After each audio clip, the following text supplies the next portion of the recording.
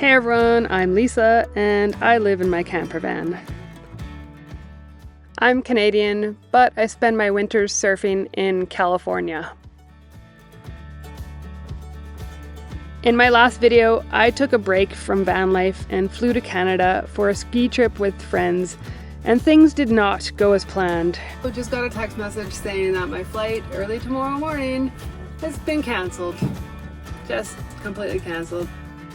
I eventually made it to my destination, but when I got to the mountain, the adaptive ski program wasn't quite what I hoped for. Alrighty, well, I went skiing and it did not go well. Where do I even begin? They would only allow me to book a 2-hour lesson, and when I got there, the equipment they had set up for me was just not at all what I needed. They insisted that I be tethered, which is basically having like a rope around me from me to the instructor. So I only got 2 runs in. I think I'm just gonna tell them to cancel any future lessons that they might be able to make for me. The trip was starting to feel like a big letdown, and in today's video, I answer the questions of whether I can salvage the trip and still have some fun, and if I return safely to my van in California. And for the first time ever, I got pulled aside at customs. Well, since skiing isn't gonna pan out, I just don't want to spend a lot of money using equipment that's gonna not work well for me, so I have some time to spare.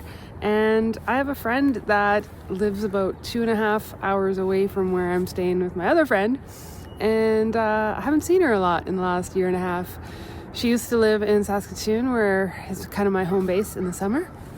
And I'd park my van in her backyard and we'd have breakfast and tea in the morning and recap our day.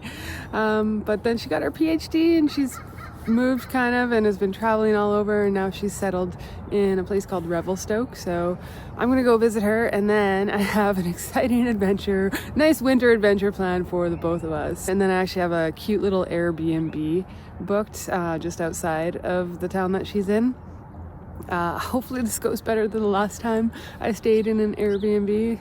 I'll link that video somewhere in one of these corners. I'm definitely looking forward to catching up with a friend and getting lots of winter fresh air.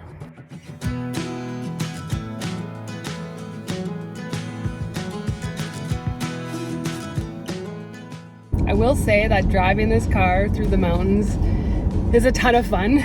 It's so small and responsive on the turns and everything, and it's quiet. It rides so smooth.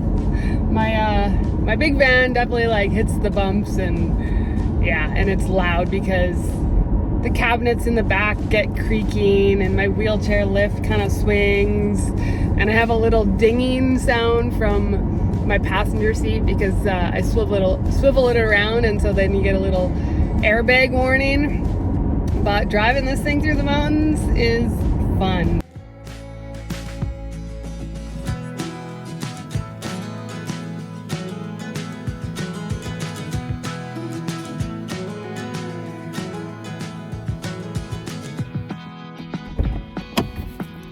Hi, friend. You were studying in that? Yeah. You have heat in your house? I do. Nice to see you. How are you? Oh, good. I'm glad you made it safe. Yeah. Sorry for the little detour. Yeah. I'm back. It's King Flex. Today we gon' try something new. Shout out to me, shout out to you. But first things first, we gon' set the mood. Cause every day's a vibe, do you feel it? Talon and I decided to go dog sledding for the very first time, and the Revelstoke dog sled adventures made the accessibility as smooth as can be.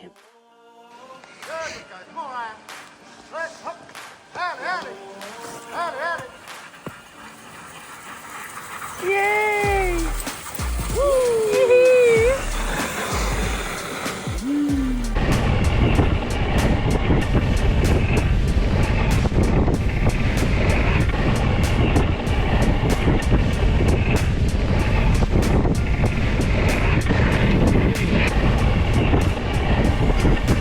You want to go fast, right? Yeah! Yeah. This is still smooth. you got a pooper. What the heck? How did you notice? Oh, I'm Just always hanging watching. Starts winking at you. Oh. That's so funny. Let's go up. I always say blue eyes in the front, brown eyes in the back. Oh.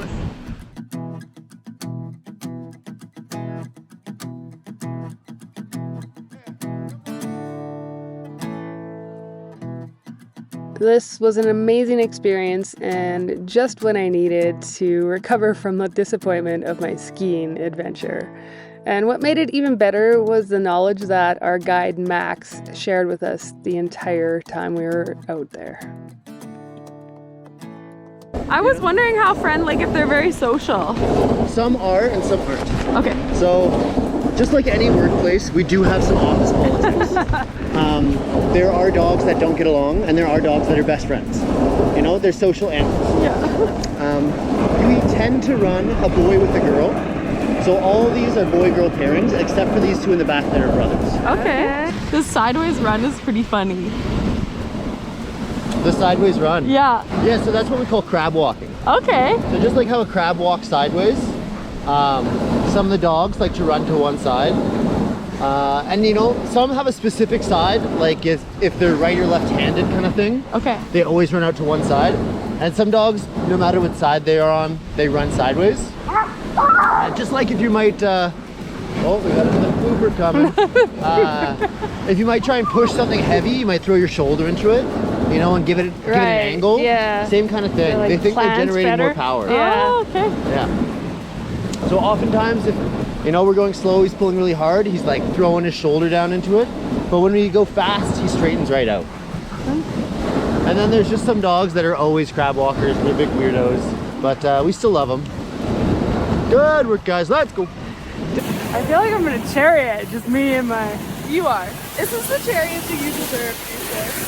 Instead of the chair, the normal chair, you just need a dog sled. This is why winter's so hard for you. Yeah. You just You need a dog. your own sled dog team just following you around. 2 sled dogs? You're unstoppable. Yeah, pretty much. Yeah. They were working. Yeah, she's a lover. The butt She scratches. loves the butt scratches. Yeah.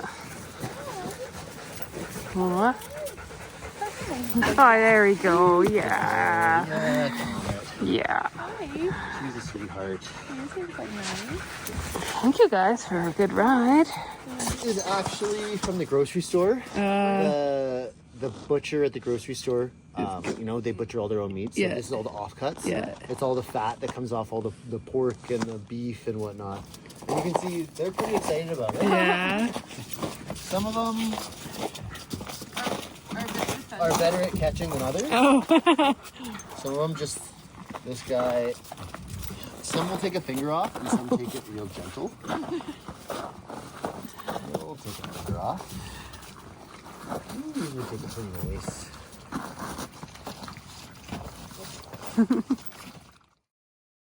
So it's what, 8:30, 9 o'clock. I just got to the Airbnb and it is so cute and so perfect. We got a little bathroom here with a pocket door and I just fit through there.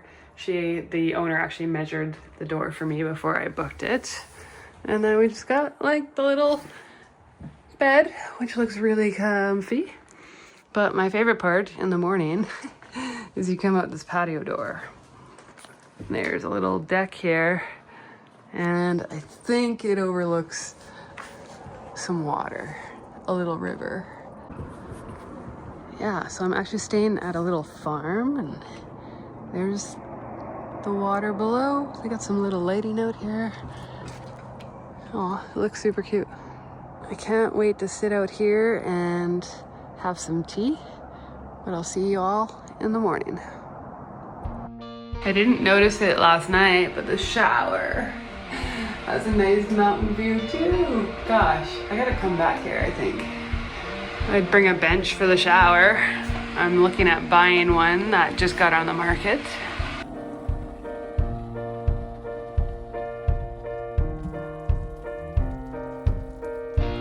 It is very, very, very difficult to find a wheelchair accessible Airbnb. They just don't exist. And this was not listed as accessible, but it popped up on my search, and after looking at the pictures, I decided it would work for me for one night. I've only been away from my van for a few nights, but it's amazing how much I miss waking up and going to bed with nature all around me. In 5 years of van life, I have never once felt the need to book a hotel just to get away from my van. It's just that comfortable. But I have to admit, this Airbnb was a nice little treat. Well, my stay here has been short and sweet, but I definitely recommend the Let It Be Airbnb. It's just west of Revelstoke in Sicamous. But I'm gonna hit the road. I gotta get back to Kamloops because I fly out of there, and soon I'll be flying out back to California, back to my van.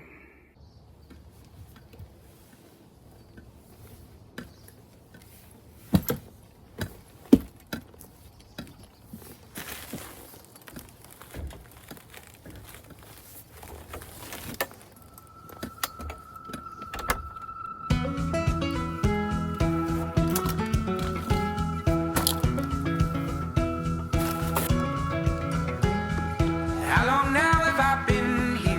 How long will I stay? Got a little more work to do before I'm on my way. Tying all of my loose and still got debt to pay. Picking up the pieces before I'm on my way. Before I'm on my way. Before I'm on my way.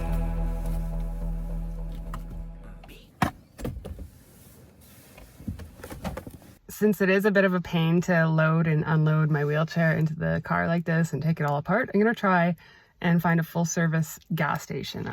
It doesn't look like there's any in the area, but there's this app that I've used before. It's about 50-50 success rate on whether it works. So the app is called Fuel Service.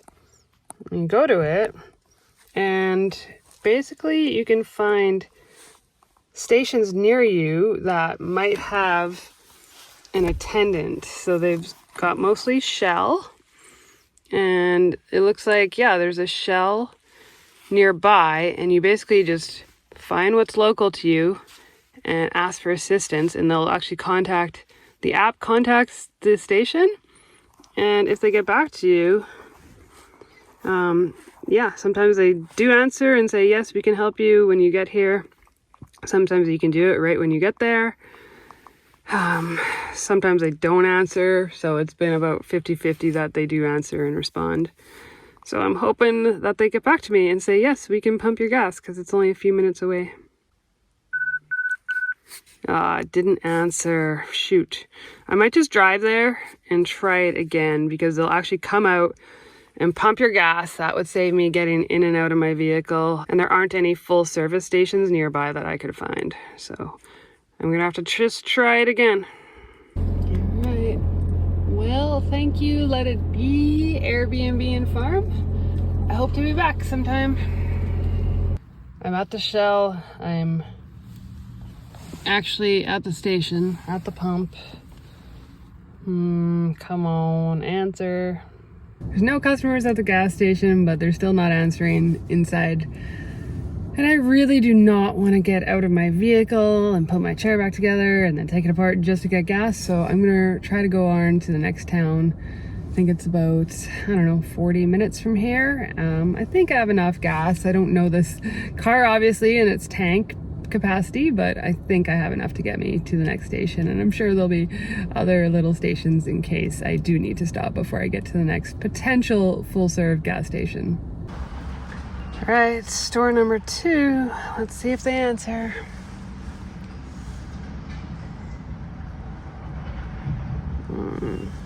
It's quite busy here, so they might not.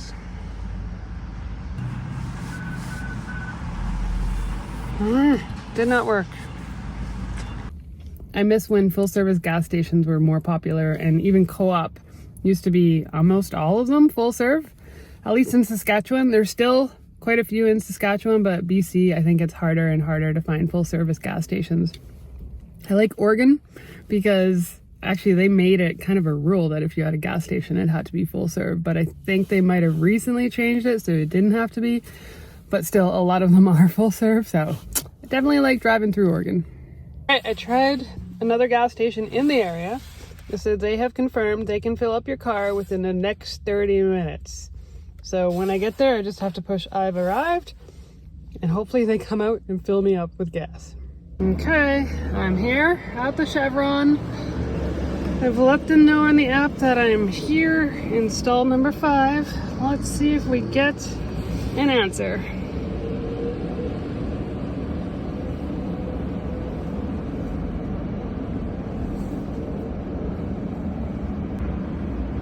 Come on, come on.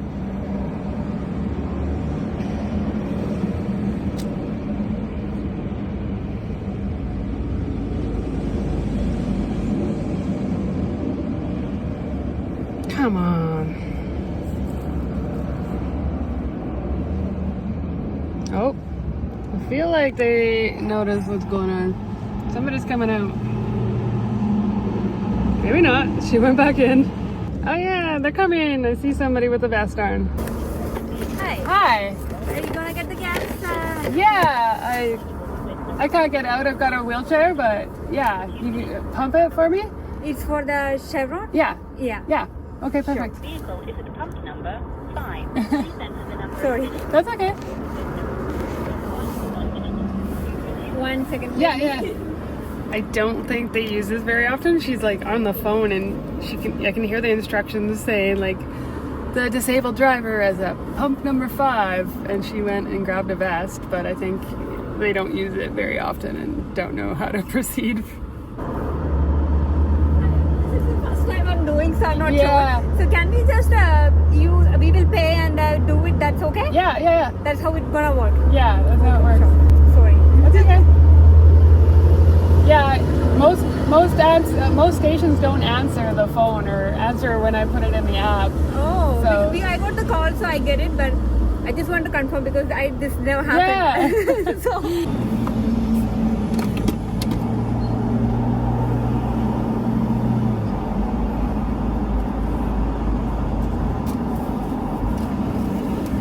All right, thank you. Thank you. Have a good day. Yay, I have gas. Also, it was so cheap, like 58 Canadian for 3/4 of a tank, if not more. So compared to the van, this is a steal of a deal. But yes, thank you to Chevron and Salmon Arm and the number 1 highway. They were the first out of 4 gas stations that I tried that actually responded. They are not used to this, but they came out and they figured it out and pumped my gas, so I didn't have to get out. So thank you. Now on the road we go, back home for the rest of the trip. My last days in Canada were spent doing very Canadian things, like watching hockey and eating Tim Hortons. I thought my trip was all going to end smoothly until I tried to re-enter the USA. So I'm in the Vancouver, Canada airport, but I am on the American side, and so they actually have you clear customs in Vancouver. And for the first time ever, I got pulled aside at customs. They didn't tell me why, didn't give me any reasons, and I just sat like beyond this gate for, I don't know, 20 minutes. It felt like a lot longer because my heart was racing. Didn't say anything to me, and then they finally came out to me and asked me a bunch of questions, like how I have my income and savings that I have if I own property in Canada, how long I plan to be there, and what I'll be doing in the States where I'm staying. So yeah, they were definitely doing their due diligence. I was being honest. I have nothing to hide. I'm completely following the rules as far as being able to visit as a Canadian, so I just had to answer honestly. But yeah, I was kind of stressed a little bit, but eventually once I verified all the questions, they just wanted to make sure that I wasn't going to try to stay in the US. And I just gave them proof that I'm Canadian. Canada is my home. I'm not trying to stay in the US, but they gave me a date in May sometime. I didn't get the exact date, but I'm now good to stay in the US for another almost 2 months, but I won't be staying that long regardless. I already have plans to get out early April, so that was a little stress inducing, but yeah, like I said, I'm not doing anything wrong, just had to go through some extra checkpoints, I guess, but I'm quite relieved right now because there's a lot of stuff going on with yeah, immigration and stuff right now. But I'm just a Canadian visiting, all within the rights of, you know, everything that has been laid out. So yeah, I'm happy to be through customs smoothly and can hopefully, yeah, rest easy for the rest of my time in the USA and get back to my van mojo soon. Well, I'm back in California, and oh my goodness, air travel just makes me appreciate mojo, my van, so much more. Dealing with finding accessible accommodations, expensive accommodations, flight delays, transportation, rental vehicles that, you know, take a lot of effort to get in and out of. I just really am reminded of how much I appreciate mojo, my ability to slow travel but still have all I need in my home with me. The trip started out a little rocky, but we managed to turn it around and I got to spend some quality time with friends, and so I'm grateful for that and grateful that customs let me back in the USA. I've only got about another week here in Southern California, and then I will leave to start driving back to Canada. I've got a couple of cool stops along the way, so make sure you're subscribed so you don't miss out. Thanks for coming along on my trip to Canada. We'll see you in the next video. Do not forget to keep it real, everyone.